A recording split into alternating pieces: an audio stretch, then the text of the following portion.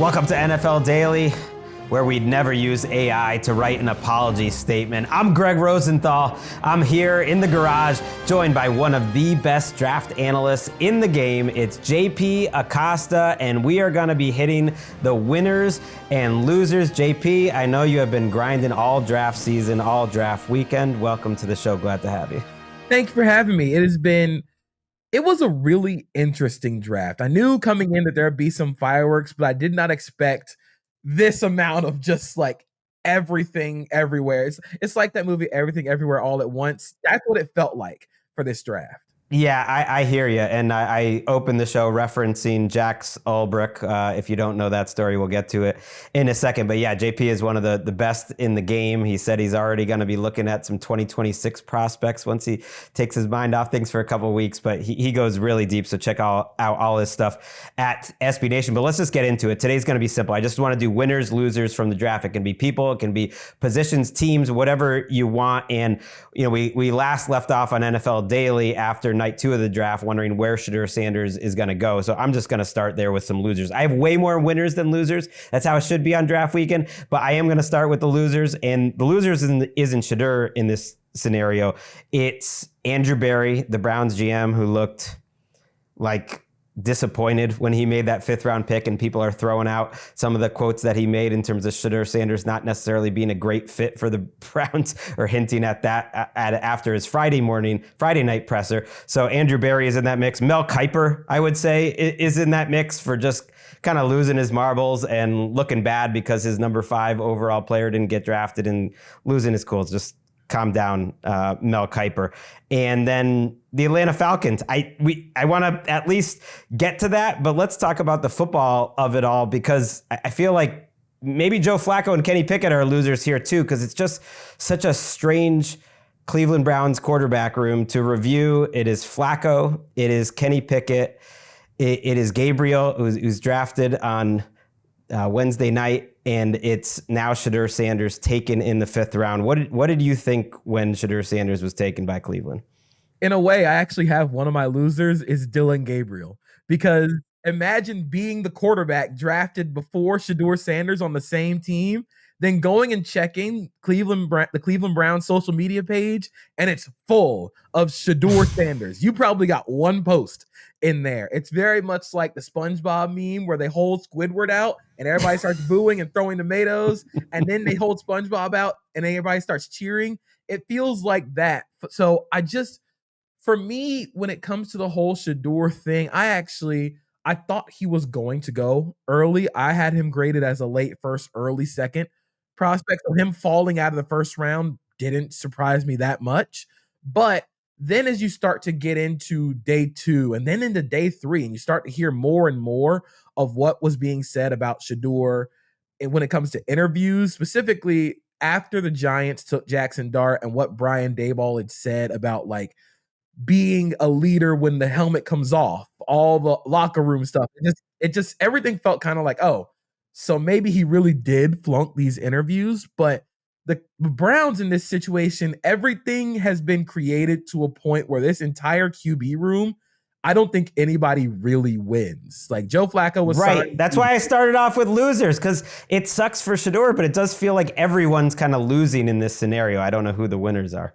Yeah, I mean, I guess I don't even know if you could say a winner is anybody else on the team, because you don't know who's going to be throwing you the ball. I mean, if you want to say Shedeur comes out as a winner in this somehow, I can see that vision, because you're a 5th round pick. You have nothing to lose at this point. If you're as good as everybody thinks you are and as you think you are, you should probably have that starting job by mid-season. But it just feels like everything is set up for the Browns to fall completely flat on their face, and it feels like there's so many cameras on this situation that don't need to be on the Browns QB room for a whole lot of reasons. Right. The graphic that they brought up on NFL Network, where it said that the Browns' current QB room, and it was the 4 names I mentioned plus Deshaun Watson, was like, I was like, save onto my phone, just because like that's I feel like that's one that's going to be useful in a couple of years. That is just such an insane picture, and it's why the Browns, I feel like are an unfortunate spot for him because they don't get the benefit of the doubt. And that's why when you see Andrew Berry and Kevin Stefanski not exactly looking thrilled.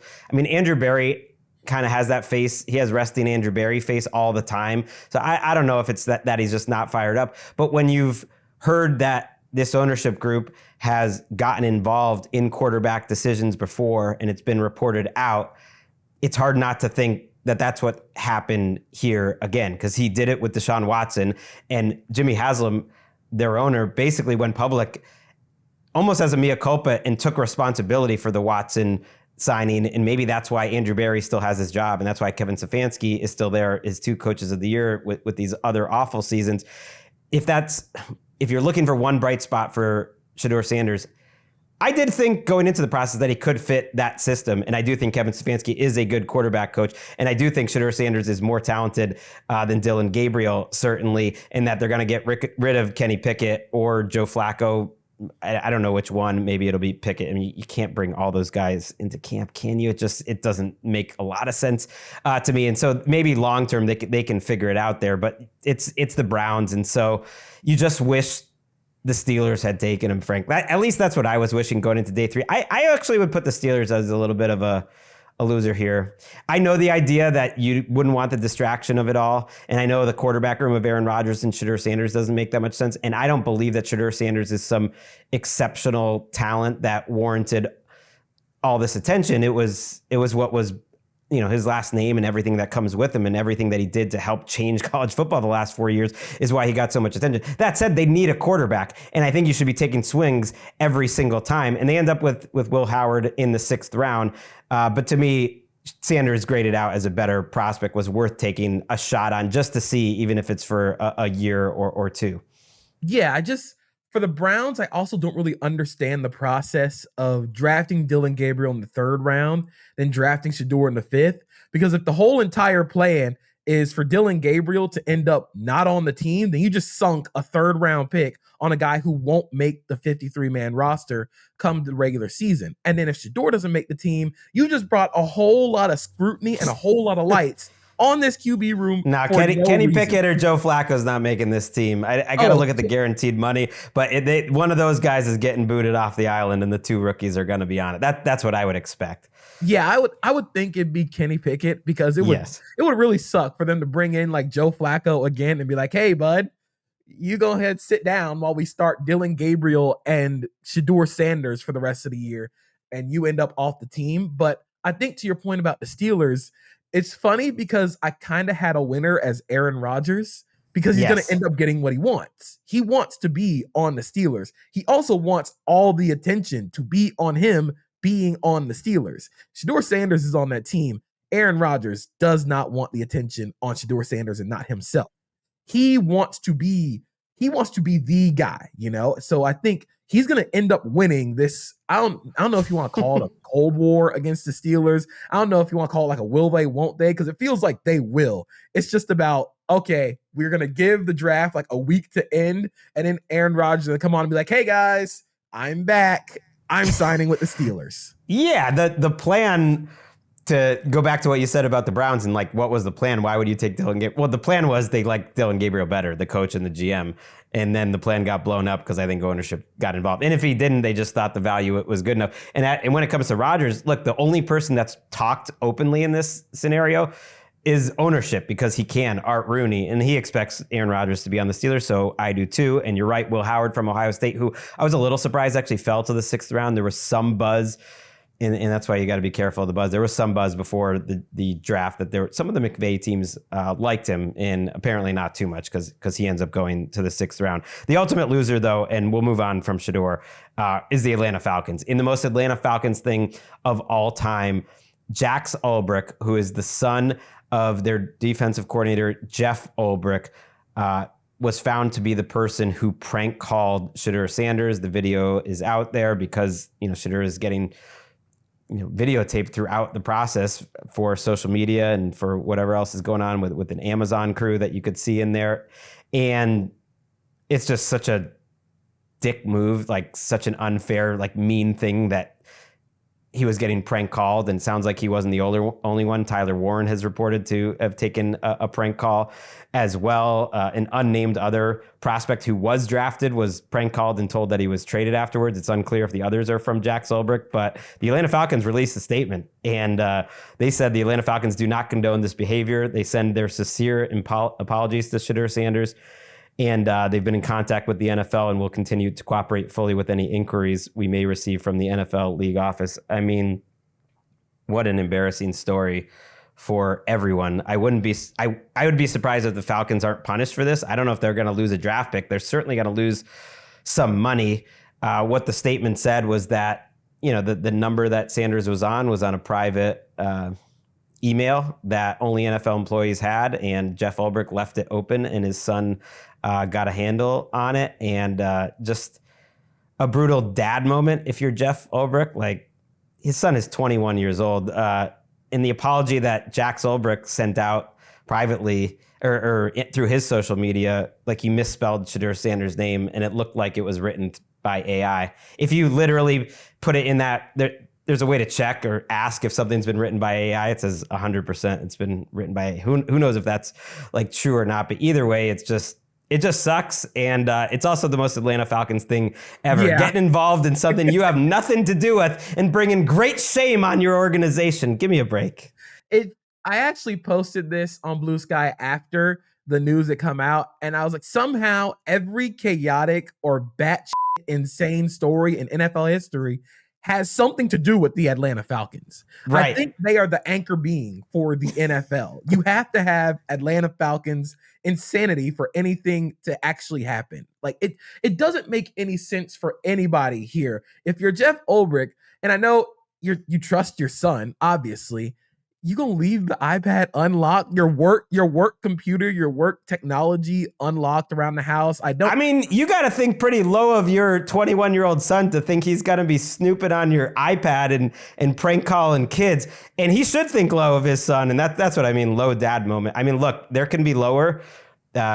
This wasn't like a federal crime or anything, but it's incredibly embarrassing. It's going to be costly for the Falcons too. Yeah, it's going to be brutal. I think for everybody involved, like you said, it just brings unwarranted attention again to an Atlanta Falcons team who already does not want a lot of attention on what they did in the draft. Right. They're another one of the losers. I do want to get to positive things, but that James Pierce trade, giving up next year's first, made no sense to me from Terry Fontenot, just acting desperate, needing to fix a defense this year because you're worried about losing your job. So yeah, throw in the Falcons as double losers here.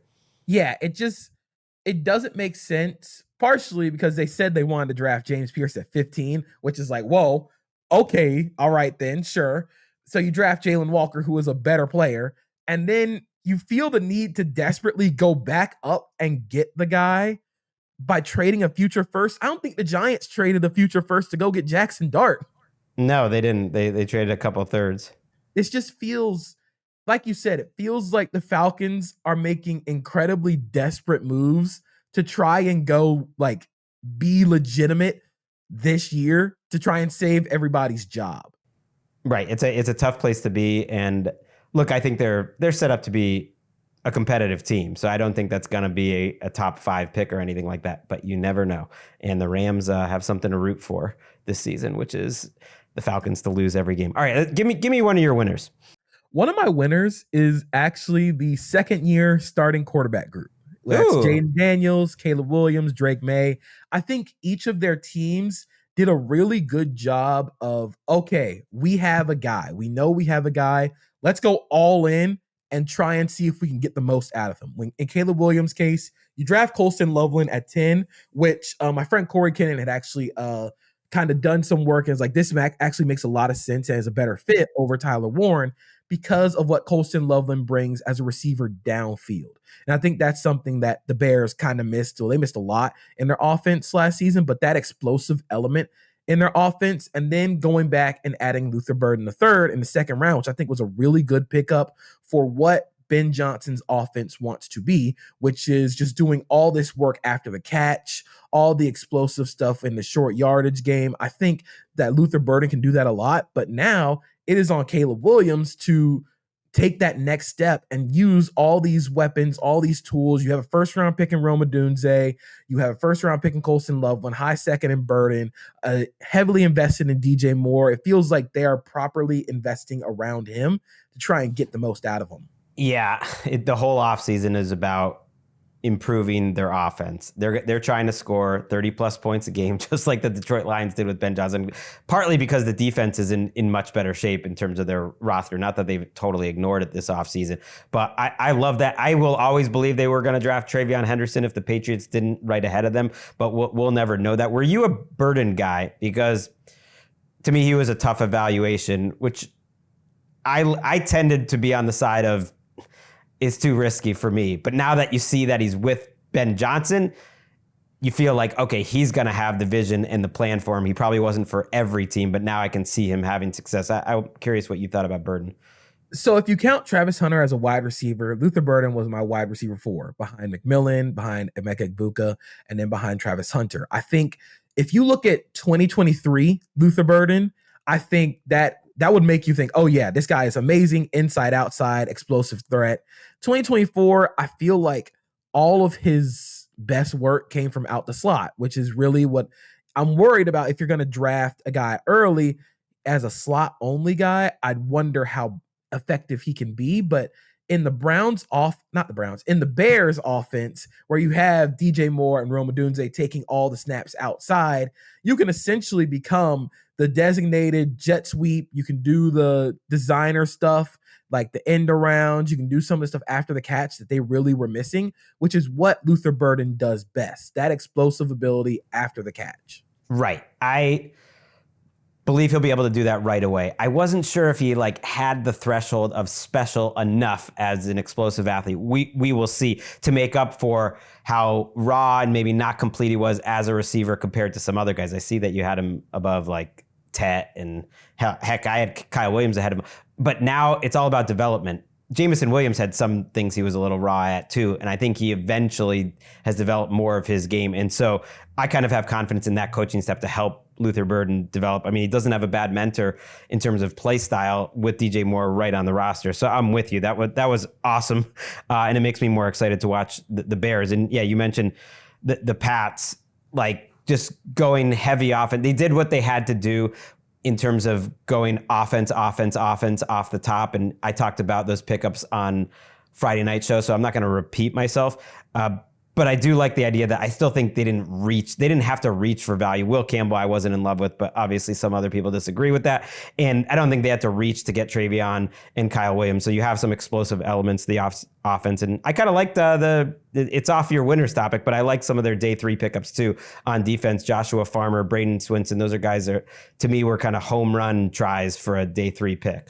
Yeah, I think the Patriots, what they did really well when it comes to Drake May was they started adding complements to their offense. Kyle Williams can create separation instantly. That is something that they did not have on the roster already outside of Stephon Diggs, who was older, coming off a torn ACL. They have somebody who's a little younger who can create that separation to kind of complement Jalen Polk's kind of power slot, Z receiver. I mean, Jalen Polk's got to get on the field, man. Yeah, I'm not sure he's in their top 4 receivers as of today, at least as of right now. He's got to get on the field, but I think adding Will Campbell is it's solid. I don't think it was fantastic. I think he was my top offensive lineman, but I also thought he was a guard. Right. And I think for the Patriots, starting him at starting him at tackle, I think it's just trying to get your best 5 out there. I think Layden Robinson is viewed highly within the Pats organization as being their left guard of the future. So you're hoping that adding Campbell will help out a lot. Also, he said he's willing to fight and die to protect Drake May. And I just think off rip, I'm okay, I think this is going to be a home run pick, but I think Travion Henderson I think a lot of it was an identity-based draft. We know what we want to be. We know what we want to do. And I think Travion Henderson is a great example of that because they're trying to be explosive when they get the ball in their hand. It's not exactly going to be all these super downfield stuff. And I think Mike Vrabel had an interview early after he got the job with the Patriots where he was talking about how effective it is to win with yards after the catch in the NFL right now. And I think with what they did in the draft, it makes a whole lot of sense that they went that way. TreVeyon Henderson is going to be an offensive coordinator's best friend with the way that he blocks, the way that he can create explosives both as a runner and as a receiver. I think sometimes his vision kind of comes and goes, but in a gap scheme offense where you can get him downhill early, I think it's going to look really cool. Yeah, I think they'll be fun to watch. And you mentioned the second year QBs. Right near the top of my winners this weekend was JJ McCarthy. So he didn't get on the field last year, but I think you look at their first round pick, it felt like Landon Jackson was kind of like the last best offensive lineman that they could have gotten. I don't think the board broke well for them in general. They probably would have liked to have more options at that pick, but it felt like Landon Jackson at guard shores up a spot, and it just continues the offseason of improving their offensive line. And then they take Ty Felton from Maryland, the wide receiver, who you mentioned yards after the catch late in the third round. Like big time speed, gives them a chance to have a third/fourth receiver that can make some yards after catch and some short throws while you have Addison and JJ going deep and hopefully develop into more. And then he's one of my winners too, McCarthy, because of the trade for Sam Howell. They give up basically a trade down to get Sam Howell, which was about what I figured the price would be for him, just something that Seattle could get for him. And they did get something. And that's ideal if you're JJ McCarthy. Aaron Rodgers isn't coming in. Someone that was more competition isn't coming in. You have your veteran in the room that just can help you out, but not Sam Howell. Who am I forgetting that is also there that is not competition? I'm forgetting about old Brett Rippon, who is kind of in that mold. I'm not even joking that like they signed him because they're like, we like him in the room with our young guy, that he's that type of guy, whether he makes a team or not. But for the offseason, it's Brett Rippon. So to me, it's just JJ's world. It's JJ's team. They spent the whole offseason kind of like the Patriots did and the Bears did, quietly just trying to make the world better for JJ McCarthy on the offensive line. And now I do like adding a receiver because it didn't seem like it's a huge need for them, but Jalen Naylor's in the last year of his contract. Long-term, you can upgrade there. Jordan Addison, is he going to get a second contract there? Who knows? Always want to be replenishing, and I just thought it was good for McCarthy. Give me another winner that you like. Another winner that I liked is the Carolina Panthers. I think top to bottom, they had one of my favorite drafts of this of the entire draft class. I think starting off with Teteroy McMillan at 8, I kind of had a feeling that it would go this way, where you get the big body receiver who can create separation in short to intermediate areas, which is where Bryce Young's like hot zone is as a passer. He's not a downfield guy. He is I'm not going to say singles and doubles, but he's an efficient point guard of an offense. We want a guy who can create separation early. That is what Teteroy McMillan can do. I think he gets kind of typecasted for being 6'4", as being this big jump ball guy, and he can do that, but that's not his most effective area. So adding him to kind of complement Xavier Legette, who kind of does we're going to do the Christian Watson thing where he's going to run along the X and Y axis, where he only runs downfield fast or like across the field fast. And then Jalen Coker, they just signed Hunter Renfrow and they still have Adam Thielen, which kind of feels like they do the same thing in terms of short and underneath stuff. Oh man, you're profiling here, man. Adam Thielen's making plays down the field. He's winning contested catches right now. I couldn't believe how well Adam Thielen played last year. I hear what you're saying. I just was like, man, Adam Thielen was good last year. So I'm just saying, don't diminish him by putting him with Hunter Renfrow, who wasn't in the league last year. I will say Adam Thielen had a much better year than I thought he would at his age, but I actually think they did a really good job on days 2 and 3. I love what they did with adding Nick Scorton, trading back up for him, and then adding Princely Amonmielen, because they're both very complimentary. I was a big fan of Nick Scorton entering the season, added on a lot of really bad weight to play in Texas A&M's defense, which does that tight mint front where they have their defensive ends, their edge prospects, playing 4-eye at like 285, 290 pounds, which is why Shamar Stewart and Nick Scorton both look a step slow. But then you go on Adam Yellen, who is a bit more of a bendy, a bit more of a pass rusher. So you have guys already on the roster like Jadeveon Clowney, you have DJ Wanham, you have Pat Jones, all of these thumpers, you have these hammers to kind of stop the run early, and you add Scorton and Yellen, who can be sort of the pass rush complements to that. But then on day 3, adding Cam Jackson, who is massive, but I think is going to be a help in the run defense. Trevor Etienne is a really nice value on day 3. My favorite pick of theirs is Mitchell Evans on day 3, who I think is going to be a better pro than he is a college athlete. He got hurt in 2023. He kind of was. Notre Dame had a really weird passing offense this year, but I think what they did in terms of maximizing their young quarterback while also hammering down on what they've wanted to be on defense, which is we want to load up to try and stop the run. And I think that's admirable, and it's a good amount of knowledge of who you are and what you want to be. Well, yeah, they were one of the worst run defenses of all time. It was like embarrassing to watch them. They took big swings. Like Princely, that's a big swing. He could be, I'm not going to say it's boom or bust when it's a 3rd round pick, but he has a chance to really rank that draft slot. And his conversation, did you hear it, by the way, with when they called him? Oh man, it was amazing. He didn't sound that excited, and they asked him, why don't you sound that excited? I think it was David Tepper who asked him, and he was just like, why'd you take so long? He was upset that he didn't get drafted. And then a couple other people got on. They're like, you're excited. And eventually he got to the point where he said, I'm going to come after y'all's pockets in 4 years. And I was like, yes, I love that. I love that. Just like, but a guy who is a pure pass rusher. I like that shout out. Yeah. While we're on day 3, I'm going to do Cam Skattebo as a winner. If you're going to land in a spot where you're looking to get some carries, not to mention endorsements, New York Giants, baby. Tyrone Tracy was good last year, and I know Singletary's still there. I was like MJD coming into this draft. I thought Skattebo can work at the NFL level. He had him ranked 3rd among all running backs, which was a little next level.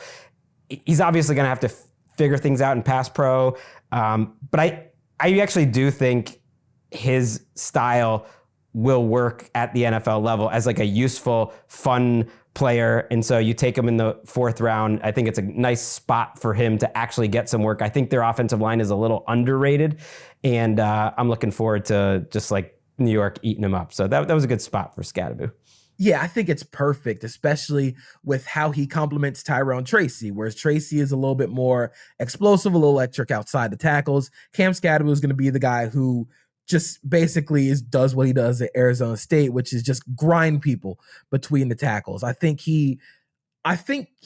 my question for him is how many hits can he take at the NFL level? Because he doesn't exactly he's not trying to be shifty around guys. He's going to try and run people over, which is incredible, admirable. But incredible balance, and pretty good in the passing game, at least as a receiver. He'll have to figure out the blocking part of it. Yeah, I think he adds a lot of value as a receiver, and I think for what they needed in terms of just hammering guys between the tackles, I think it makes a lot of sense. And like you said, it's New York. I think he's going to fit perfectly. I think everybody's going to love him there because he's just going to run really, really hard behind that offensive line. And I think Brian Daboll is going to include a lot more QB run game, which he has always done. But that run game has a chance to be pretty fun, and I think Skattebo is going to be a really big part of that. All right, well, let's take a quick break. We'll come back after with some more winners and losers.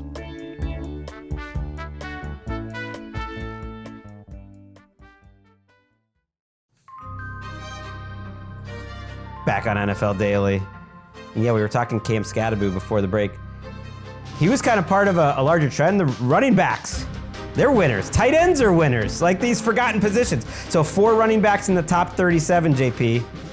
And then 12 in the first 4 rounds. Skattebo went ahead of some good names, by the way, at running back, but everyone had their favorite flavors. And then you look at the tight ends, 5 in the top 50, and then Harold Fannin Jr. went at the top of the 3rd round too.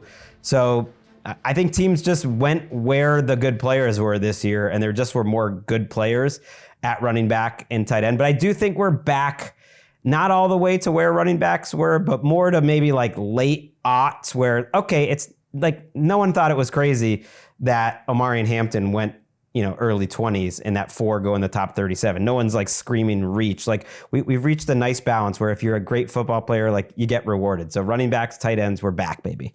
Yeah, it feels a little bit like schematically the NFL has kind of, I've always said football is cyclical. The things that used to be popular will always come back and be popular again later. And I think where we're at now is because everybody's gotten so much smaller on defense, playing so much lighter boxes to defend all the outside zone that Kyle Shanahan and Sean McVay and every other Shanahan and McVay coach in the league wants to do. Teams got lighter, teams got smaller. But now we're starting to see the punchback by the offense is just hit somebody really hard with a 320-pound guard and gap scheme. You saw the best offenses in the NFL last year kind of majored in some of that gap, the power counter. The Bills ran everybody over with duo. And so I think having running backs who can kind of do that work between the tackles. You saw Quinshon Judkins going ahead of Travion Henderson, which I was a little surprised about, but it's because of the work between the tackles. And I think that's something that's coming back. And I think that it also is a reflection of the strength of the class. We said coming in, running backs and tight ends were a really big strength in this class, and it was reflected in how the NFL viewed them. Right. And you just need big plays. And I think teams are recognizing you can get it from your running backs like Hampton, Travion Henderson. You're just sick of these 9-10 play drives. You get guys like that. You get tight ends who can have yak ability, even like Fannin Jr., but certainly like Tyler Warren and Colston Loveland, and those can be big playmakers too. So I like that. I haven't heard a loser from you. Let's do that. Give me a loser. I hate to say they're a full loser because I kind of like what they did, but the Saints quarterback situation gets a loser from me because nothing about this seems very hopeful. Before the draft with the Derek Carr thing with the shoulder feels kind of mysterious and kind of like, oh, that kind of is a random drop to add a couple months before the draft. Okay. Tyler Shuck in round 2, I came around to Shuck late in the process.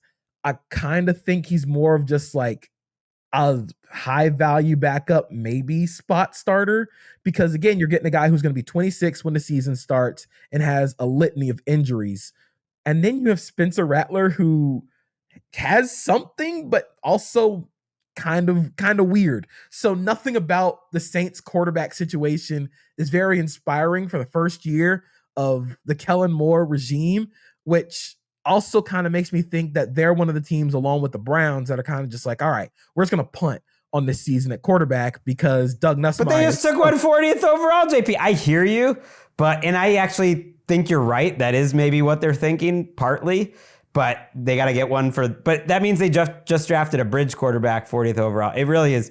It really cracks me up though that he is like prospect, poor man's. He's like post-prime Derek Carr as a prospect because he just doesn't do well under pressure. You know, the only positive I'll say here is that Kellen Moore got his guy. I have seen no evidence since Kellen Moore has been in that building that he's involved with the team. It just feels like the same organization in terms of how it's run as it happened before Kellen Moore got there. And it is, because it's the same front office. Not only has Mickey Loomis been there forever, but Jeff Ireland has been there forever. He's probably the one making these picks, very key to them. The front office in general, like everyone's been there since like early in the Sean Payton days. And I at least feel like they must have just taken Kellen Moore's guy. And it does kind of make sense to me that this is the quarterback that Kellen Moore wanted. So at least Kellen Moore got his guy. Go make it work. Prove us wrong, Kellen Moore. All right, while we're on losers, what should I go with? How about me for writing about, I do this every year, like before the draft, get really excited, do a whole show on it, put like a tweet out about all the possible veteran trades that have been out there. And I put Jalen Ramsey, Kirk Cousins, and Jair Alexander into a category of likely to be traded. Nope, not a one of them. The only one we got was Sam Howell. It's never as fun as you think. It's usually not this dry. I think more trades could still happen. Mark Andrews, for instance, the Ravens said, no, he's going to be with us. They said it. Trey Hendrickson, there's no reason to think that's going to happen. At this point, because of how the draft fell for the Jags, although they did get one late. Who did they take late? You'll know this. The Jags. Back. Oh, they took Bishal Tootin and LaQuint Allen. Okay, so maybe they still could trade Travis Etienne. All we got, though, was Howell. Dallas Goedert is still an Eagle. But I'm a loser, and all of us content makers are losers for thinking that these trades are going to happen. Let's actually listen to Howie Roseman after the draft asked about Dallas Goedert. Dallas is part of the team, as we speak. Obviously, as we go forward, we're going to continue to address things on this team, and right now, nothing further. Dallas is a heck of a player, heck of a person. Certainly don't want to do anything publicly where we're discussing anyone's business, but have so much respect for him.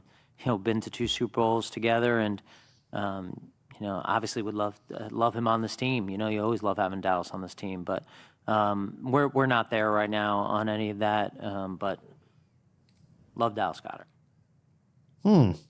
The longer I listened to that, more I thought, oh, well, they still are going to maybe trade Dallas Goedert. And then the longer he kept talking, I was like, they're trying to change his contract in some way, and he's not trying to put his business out there too much in public. But my guess would be they're negotiating some sort of pay cut, and there is a chance that some of these players, Jalen Ramsey specifically, Jair Alexander as well, that I do think won't be on the team starting week 1, but they're still out there. It didn't happen during the draft. Yeah, I was one of those people who said Jalen Ramsey was probably going to get traded during this draft. My youngest brother is a Dolphins fan, and so he kept asking me like, hey, what should I expect during the draft? And I kept telling him, hey, Jalen Ramsey's probably not going to be on your team later. So he was watching the draft just like sweating bullets. Then after the draft ended, he's like, I thought Jalen Ramsey was going to get traded. And I'm like, yep, hand up. That's my bad. I mean, Jalen Ramsey thought he was going to get traded too, and I don't know. We'll see. I do think it will happen, but maybe this is the Dolphins slow playing it and saying, like, actually, if we can't get anything for you this year, forget it.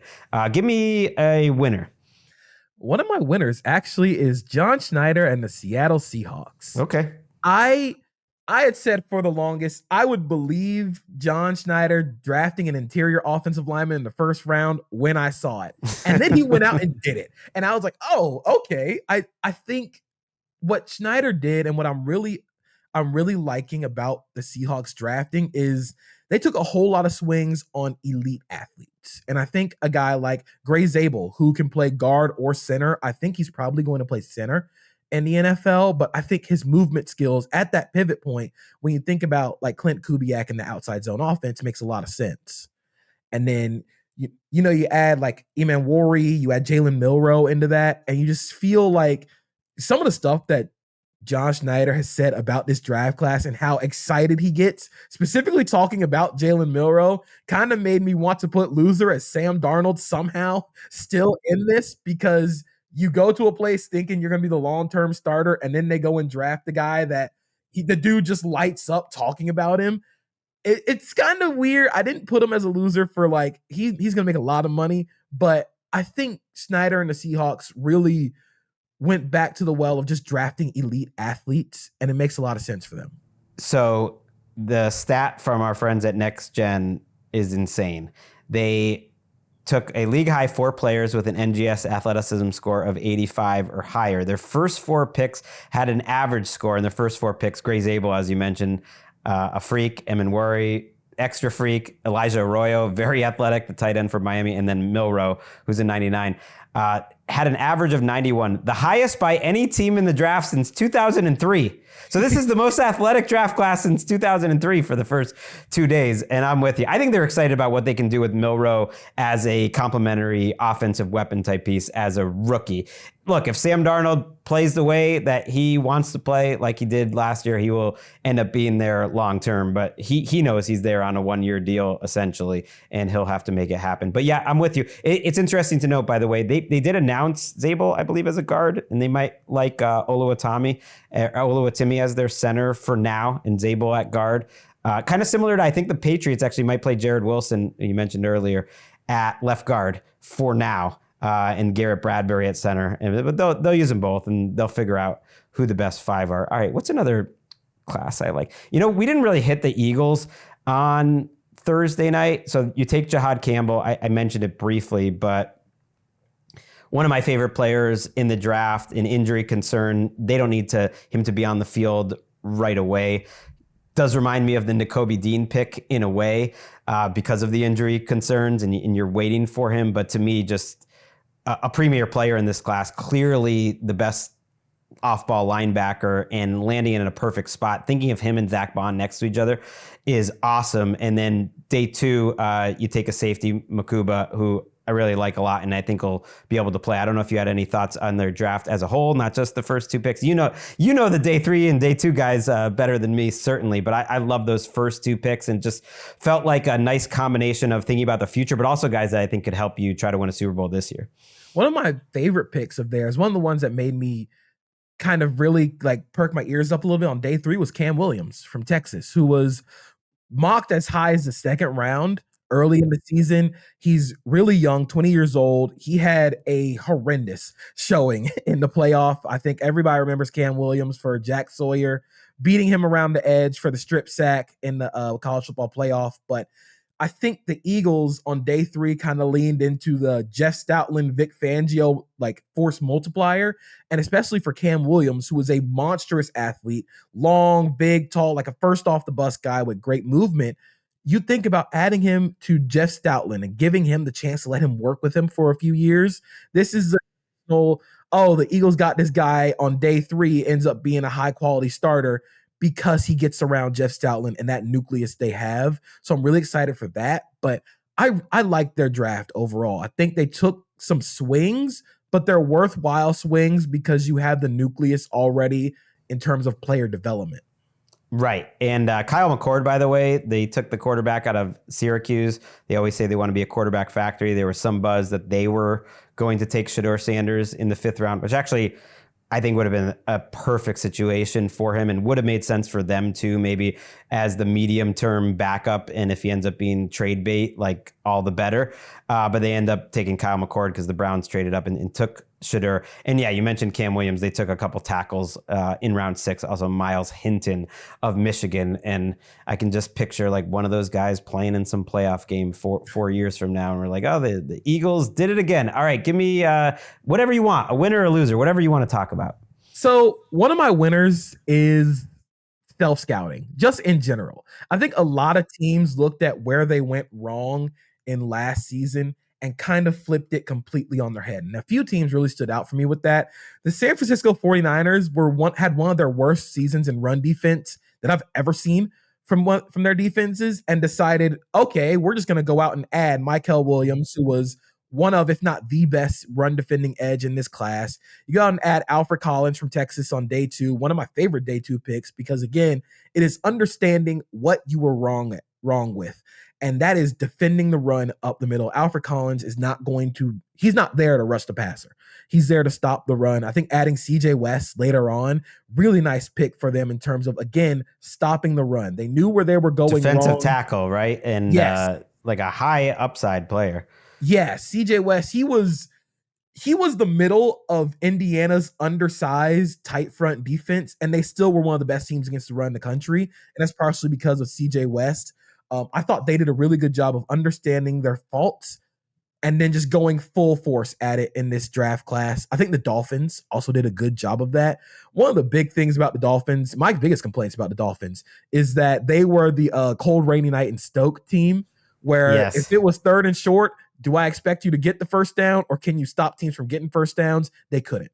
And I think adding Kenneth Grant, again, you want to stop the run. I wonder if they can kind of get the most out of him when it comes to pad level and consistency. So if they can get that out of him, I think it's going to really help open up lanes for like Zach Seiler. I think Chop Robinson's going to have a much better year.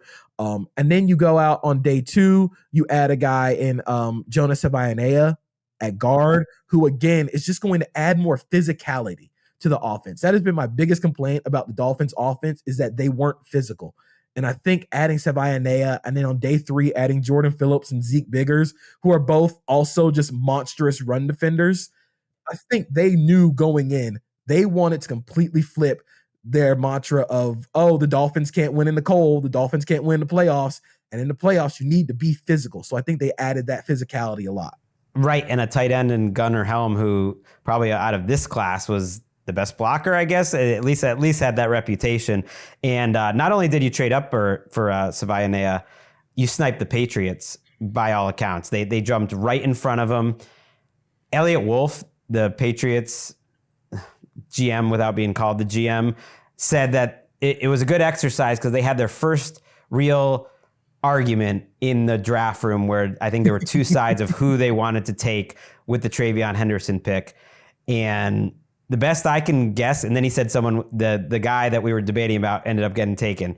And based on a couple of the local reportings, it sounds like they were debating between Henderson and Savaiinea, and the Dolphins made that choice for them. So always a nice little bonus when the team in your division gets sniped. I was with you. I love that you pointed those two out because they were both on my winners list. I really like Grant, and they needed that. And you expected him to be there at 13, but I thought that was fine value at that point. I think it was like pick your favorite, and I think he fit right in. And then, Robert Saleh, he comes back to San Francisco as the defensive coordinator. Their first 5 defensive players first 5 picks were defensive players. So that's given Robert Saleh some love. There was also a linebacker in there. And that was in the first 113 picks too. So they weren't like through round 5 or 6. You got 5, good players, 2 third-round picks, Nick Martin, a linebacker from Oklahoma State, and Upton Stout from Western Kentucky as a third-round comp. So a lot of defensive players going to the 49ers. By the way, while we're on the 49ers, a couple weird injury items popped up during the draft. We learned that Malik Mustafa,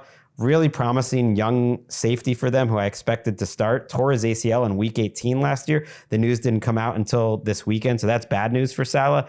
And then 49ers adjacent, it came out on Sunday afternoon, according to Jennifer Lee Chan at NBC in the Bay Area, that Dre Greenlaw, the former 49er, tore his quadriceps while working out this offseason. He's now with the Denver Broncos and was expected to be a big part of their defensive just dominance that I'm expecting. And it sounds like he's going to be out for a while. We're not sure about the timeline, but that does not sound good. I will throw out another winner. Let's go Tyler Booker.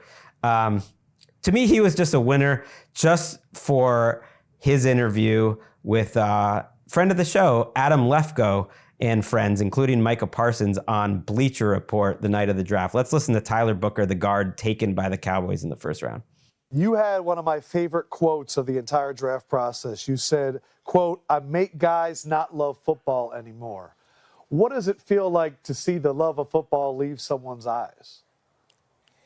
It feels great, like football is a child's game. So like people wake up, be like, man, I can't wait to play this football game today. They listen to their hype music, they take all the pre-workout, they get so excited to play football until they come across Tyler Booker. And then when I'm going after you, quarter after quarter, play after play, series after series, and I start to see that love leave their eyes, like that's what makes me love the game. Like I just really love. I like that part.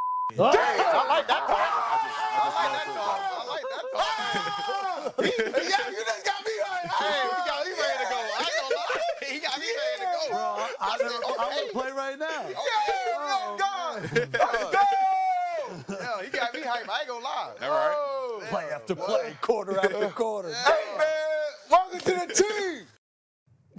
That is Micah Parsons that you heard on the back end of that getting hyped up. That made me like the Booker pick. It was kind of like I didn't like the Will Campbell pick that much until he said he was going to die for Drake May, and that Tyler Booker pick, just seeing Micah Parsons get fired up. I do see the vision.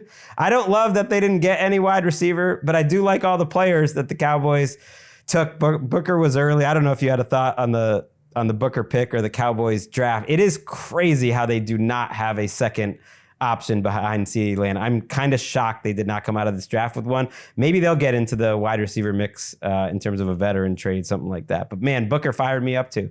So initially, I wasn't on board with the Booker pick as much. I thought they probably were trying to trade back, but it takes 2 to tango. And I think Booker is really good, but he's also scheme specific. He is a gap scheme guard. You see him knocking guys over. He is pulling or he's double teaming on power, on counter. But then as you continue to look at where the Cowboys went in this draft and who else they hired as their offensive coordinator from the Arizona Cardinals, where they ran a lot of gap scheme, it feels like the Cowboys are trying to undergo their own identity shift where they don't draft a receiver, fine. They're just going to run the heck out of the football. They're going to try to run the heck out of the football. And I think that interior trio of Tyler Smith, Cooper Beebe, and Tyler Booker might really like mash some guys in. Who they running with? They took Jaden Blue in the 5th round. They got Javonte Williams. They got Miles Sanders. Maybe they're a Travis Etienne team. I don't know, man. I think they're a Travis Etienne team, but I also like very quietly kind of like the Jaden Blue pick in the 5th round. I think his speed is going to be a big factor in that offense because they don't really have that speed outside of guys like CeeDee Lamb on the team. And he's going to be a factor in the run and passing game. But what their draft kind of signaled to me is that we're not trying to get pushed over anymore. We're not trying to get pushed around. And I think, again, I hate to kind of reduce it to one team or one opponent, but the Eagles pushing people around en route to a Super Bowl before the Cowboys could even get back to the NFC Championship game probably left a really big, like, that probably stung Jerry Jones a lot. And then the retirement of Zach Martin on top of that, it felt like they wanted to try and get back to what they want, what Jerry Jones wants them to be, which is just running the ball really effectively. I do think they still need to add like a between the tackles guy. I'm not the biggest fan of Javonte Williams, but I think their identity is coming into play. But I also really love the Donovan Ezeraku and Savon Ravel picks on day 2. Yeah, I like those too, and they needed help everywhere. But I'll just be tracking like Matthew Golden v. Tyler Booker because I hear you. You gotta. Golden's wearing 22 now, so does that play a factor? No, I think he's one of my losers for that. 22 as a receiver is kind of bad. It's kind of gross. Let's go speed round it up now. Let's just get a few more you want in. You can go first, winner or loser, whatever you want. We'll go quickly. Get our last takes in before we say goodbye. One of my winners is Barron Sorrell. Got drafted on day 3 by the Green Bay Packers, but he actually was in the green room, which kind of stunned me because he wasn't on the list to be in the green room. But then he's there and he just gets this incredible moment with the Packers and their fans. He's jumping into the crowd. He's hyping the crowd up. They can't even go to the next person who announces the pick because Barron Sorrell is out there like basically crowd surfing. And I just thought that was a really cool moment for him. And he's one of the guys I saw at the Senior Bowl who kind of stood out a little bit, but I think he gets that. He got a really cool moment there. So he's a winner. That he's a winner. The Cardinals are winners. Just Walter Nolan, Will Johnson, that kind of talent adding into the defensive room. Sean McDermott's a winner. He did the thing like they did in San Francisco where it was just all defense. First 5 picks on defense. You know, Maxwell Harrison, TJ Sanders, Landon Jackson was one of my favorite 3rd round picks. He's a edge from Ohio State, but just trying to improve that Sean McDermott defense. I like the Chiefs' first 2 picks to get a home run, possible top tackle in the class in Josh Simmons if he can get healthy. And then Omar Norman Lott is an interesting 2nd round defensive tackle, and Jalen Royals much later at wide receiver. I like what the Chiefs did. Yeah, I actually think the Chiefs pick of Ashton Gelati in the 3rd round feels very Spags-ish. He's got shorter arms, but he's very similar to like a guy like George Karlaftis who has heavy hands, high motor, wins with power. And then Noel Williams also in round 3 feels very like a Spags-ish corner. So I like that they replenished their depth with guys that really can affect the game, push the pocket. Right. The Colts QB room is kind of a winner. Nate Tice is a winner. That Riley Leonard landed with Shane Steichen, so Riley Leonard's the Notre Dame quarterback. They're you know how the Browns quarterback room is just such different flavors everywhere. It doesn't really make sense. And the Seahawks quarterback room is like that too now with like Milroe and Darnold. No, the Colts, all their quarterbacks are the same. So Riley Leonard, if someone's going to get something out of him, it's going to be the same guy, Shane Steichen, that's working with Anthony Richardson and Daniel Jones. He's kind of a melding of those two. So that one's kind of fun. Yeah, I actually posted to social media the Daniel Jones variants will continue until morale improves when the Colts pick Riley Leonard, because if you fuse like the recklessness of Anthony Richardson with the body of Daniel Jones, you get Riley Leonard, because he's going to do some really crazy and stupid stuff. Like he's going to try and hurdle a guy, end up flipping over. I think I said like in my scouting report of him, he plays too much like he's on Jackass, where he's just going to end up like flipping over a guy. He's going to break his body. I think the first drive of the national championship game against Ohio State, he had to come off the field because he was vomiting after he scored the touchdown. And I'm just like, yep, that is a Colts quarterback right there. There's something in there. I think the Colts are going to be entertaining, if not great. I know I said we were doing speed round, but I will wrap up the show talking to maybe one of the most noteworthy Jaguars fans in the entire country. Let's wrap it up. An obvious winner here is the Jaguars. I'll say it for you. Just the fact, not only that you added Tulane great Caleb Ransaw, my guy, at cornerback in round 3. But yes, you get Travis Hunter and you just change the entire franchise that way. Let's actually listen to James Gladstone, their new GM, former NFL Daily guest, talk a little bit about Hunter at his introductory press conference. Travis Hunter, he embodies belief, right? He's a rare person. He's a rare player, but he's also a reminder that the boundaries of the game of football were built to be challenged. Woo. And so the decision to select him was actually a statement for how we plan to move, who we are, and we want him to be nothing more than him. Because when he is, he elevates the space around him. Let's go. I mean, he's changing the boundaries of football. I feel like Michael Parsons watching that Tyler Booker. I feel like Michael Parsons right now. That is incredible. I think James Gladstone is also one of my winners just because going into the draft, everybody was saying the Jags wanted to do something bold. The Jags wanted to be bold. Coming into the draft, they had said we wanted to raise the floor of our offense and of our team in general with free agency and then raise the ceiling through the draft. There's no better ceiling raiser than Travis Hunter. And the fact that they actually went out and did it and weren't afraid to go and be bold and do that kind of signals a shift for Jaguars and Jaguars fans because it actually feels like belief in a process. I think with Trent Baalke, it felt like they was just kind of throwing picks at a board, like, okay, we'll do this then, this now. There's no process. I think with James Gladstone, Liam Cohen, you can see the process and why every pick has been made. And then just adding a guy like Travis Hunter who can be the face of the franchise. And the way that James Gladstone looked at Travis Hunter. It was crazy. I was wondering, what was Hunter thinking? Well, I couldn't tell, because I looked at Hunter. I couldn't tell if he was just kind of glazing over. It's like, what is this guy talking about? Or what he was thinking when Gladstone was glazing him up like that. But I loved it.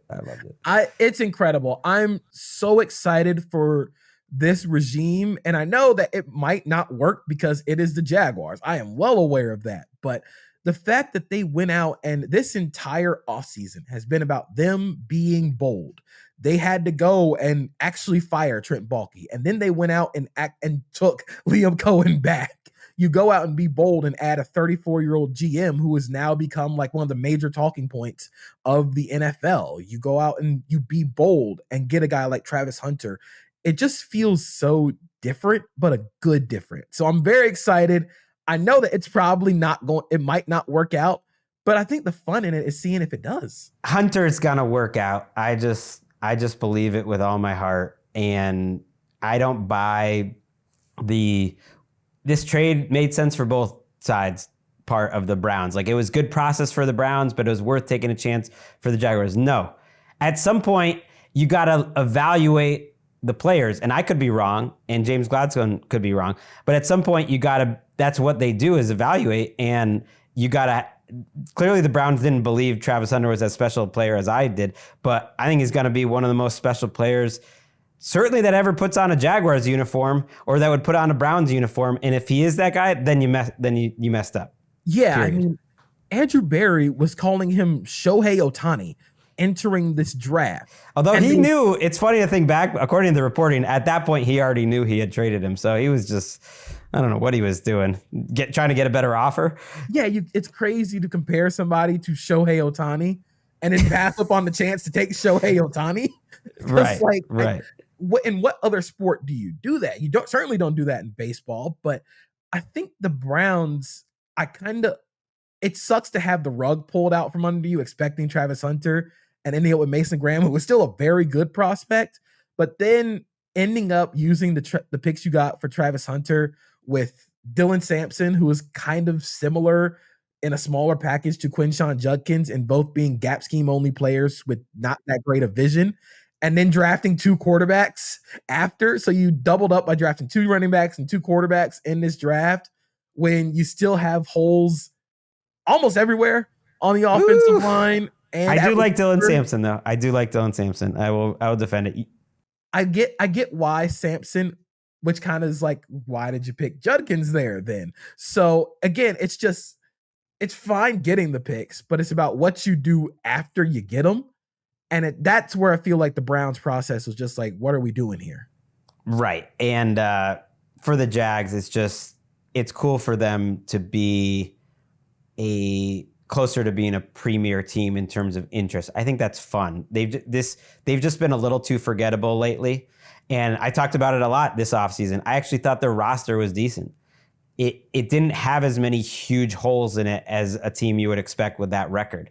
What it didn't have was exciting players, top 10 at their position players. It just had a whole roster full of, okay, pretty good. So what do you add? One of the most exciting prospects that you could ever want to see. And by the way, you get to take the shine away from the team in your division, your rival that had the number 1 overall draft pick. I like the Titans draft, by the way. I like Eric Illuminar, the wide receiver. I liked at least Ali Connolly, who we're big fans of on the show, has been a guest a number of times. Huge fans of Winston, the safety that they got. So I think the Titans, and they got the best quarterback in the draft by far. So I think the Titans had a nice draft, but ultimately Travis Hunter is enough for the Jaguars to be even nicer.